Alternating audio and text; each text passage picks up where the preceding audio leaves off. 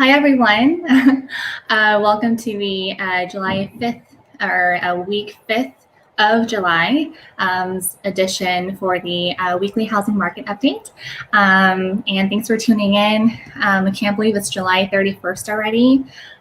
So definitely, I say time and time again that time flies. But I hope everyone has an enjoyable weekend.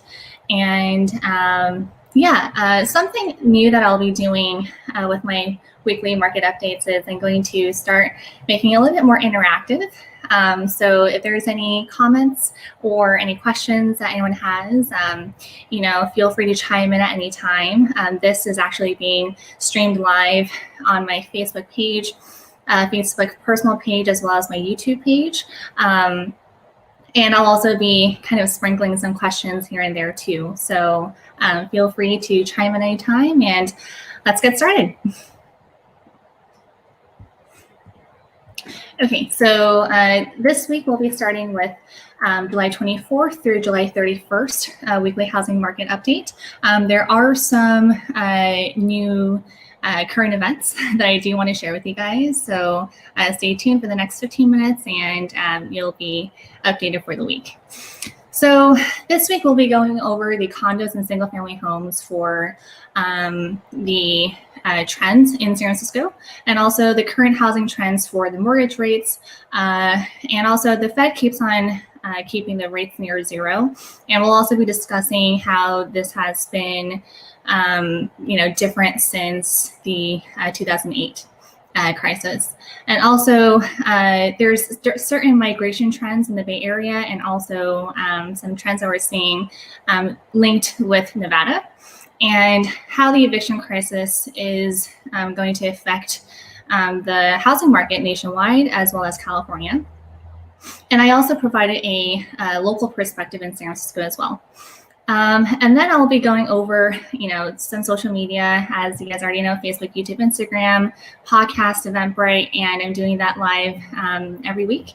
And also new listings I have coming on the market soon. I'm very excited to share those with you guys because these are some really cool listings. So I definitely want to, share that with you guys. And then in conclusion, please don't forget to subscribe and follow me on Facebook, Instagram, and YouTube.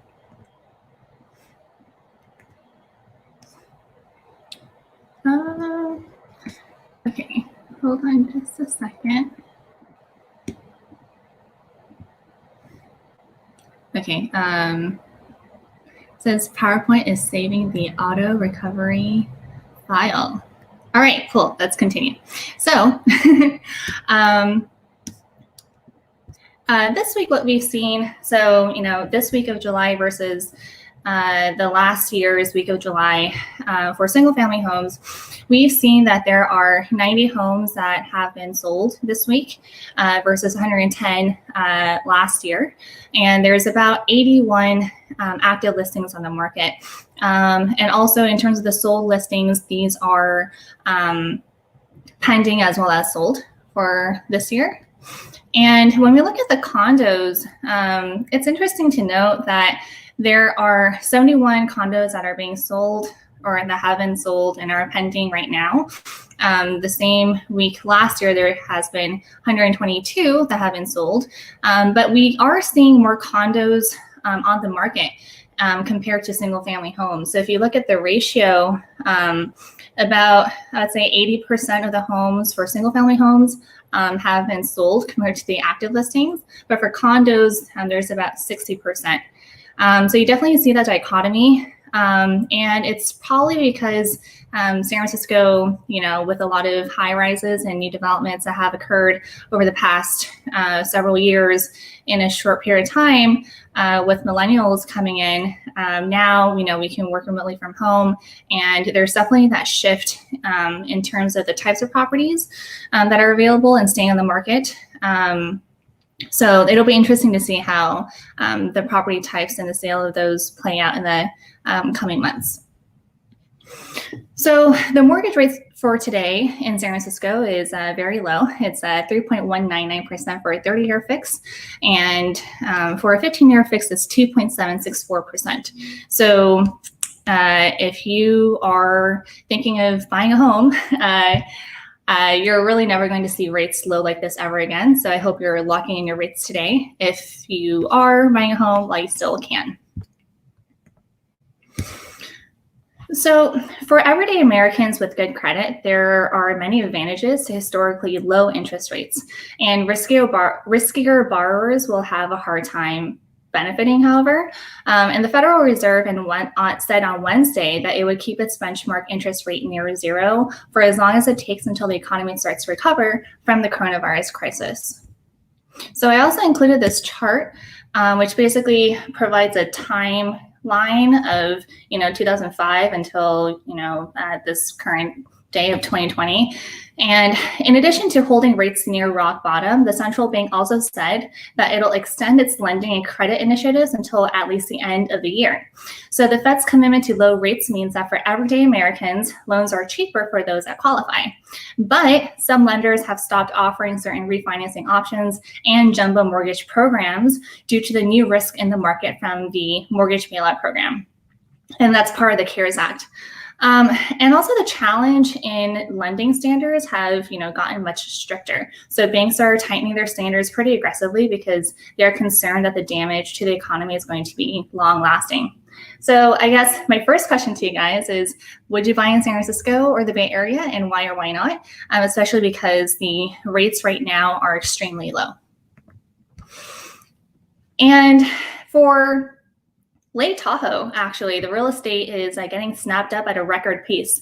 And this is largely due to San Francisco tech workers fleeing the city in search of more space and a healthier lifestyle. So realtors in Lake Tahoe are saying that the inventory of homes for sale has shrunk to about 1/5 to 1/10 of the usual levels. People are writing all cash offers for houses, in which this is sight unseen in these areas.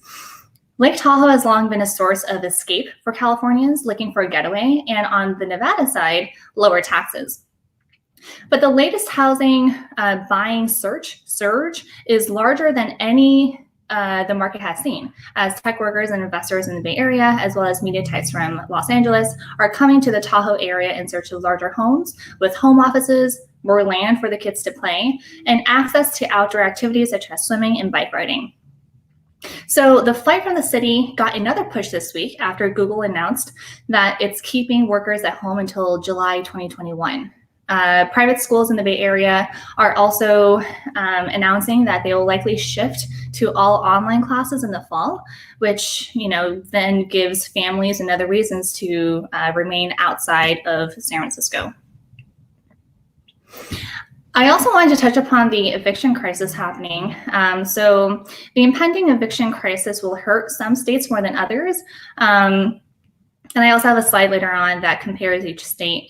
But an unprecedented eviction crisis will soon hit the United States. On Friday, the federal moratorium on evictions in properties with federally backed mortgages and for tenants who receive government-assisted housing expired. So the Urban Institute estimated that provision covered nearly 30% of the country's rental units. And also, the White House economic advisor, Larry Kudlow, said on Sunday that he would extend that moratorium, but these tenants are now unprotected from eviction. At the same time, some 25 million Americans will stop receiving the $600 weekly federal unemployment checks by July 31st. And most of the statewide eviction moratoriums are winding down. So, I guess my question to you guys is, how do you think the rental market will be impacted? And is this fair for landowners who still have mortgages to pay versus renters? And massive unemployment has left more than 40% of renter households at risk of eviction, according to a new analysis by global advisory firm Stout Riskus Ross. And by one estimate, some 40 million Americans could be evicted during the public health crisis. In 2016, there were 2.3 million evictions, and some speculate that that could be as many evictions totaling in August. I also wanted to touch upon a local level. So you cannot be evicted during the coronavirus outbreak in San Francisco. So the mayor's order temporarily bans all residential evictions, and this includes evictions currently in progress. And this rule will stay in place until October 31st. This was updated on July 28th, so about 3 days ago. So the rule will stay in place until October 31st. However, it will not protect you from eviction if the eviction is due to violence, threats of violence, or health and safety issues. You have a total of 6 months to pay your missed rent. And if you missed a rent payment that was due between March 13 and August 31st due to financial impacts of COVID-19, then you have until February 28th of 2021 to pay. Financial impact means any loss of income due to reduced work hours, temporary business closure or slowdown, layoffs, or increased expenses. And this is also the podcast that I'm doing with Matthew Maud. It's called The Truth About Real Estate. And essentially we'll be talking about real estate, investments, syndications, vendors that we work with, loan officers, essentially, anything and everything that's related with real estate on a very micro level. So subscribe on Apple Podcast and stay tuned. And I also wanted to share with you guys some exciting new listings that I have. So today is the exact, end of July, July 31st. I feel like I just started my, talked about just, weekly market updates just like last week, but it's already been 2 months, I think, 2-3 months. I don't remember. But anyways, so coming soon for August, I do have a condo in Nob Hill. It's a 3-bedroom, 2-bath, about 1,600 square foot. And it's going to be beautifully renovated, amazing views in the rooftop. And it's in a 4-unit building. So it's on the 2nd floor and, very private access with a garage. So that's definitely a plus. Another listing that I want to highlight is a referral that we got from a West Portal listing. It's a 5-bedroom, 4.5-bath. It's a single family home. It's nearly 4,000 square foot. It's extraordinarily beautiful. I think once you walk into the house, you'll definitely feel like it's a majestic castle almost because it's so huge. And if space is an issue for you, then I'm sorry, but it's definitely hard to find that space in San Francisco, let alone West Portal. But, definitely, once we get more information on that, we'll definitely let you guys know.